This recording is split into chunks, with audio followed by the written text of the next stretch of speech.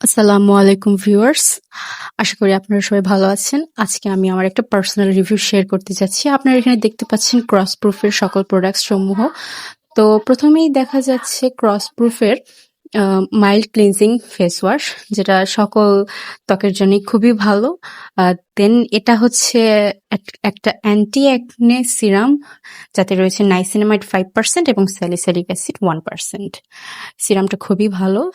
এটা হচ্ছে ক্রস প্রুফের mineral sunscreen cream with SPF 50+++।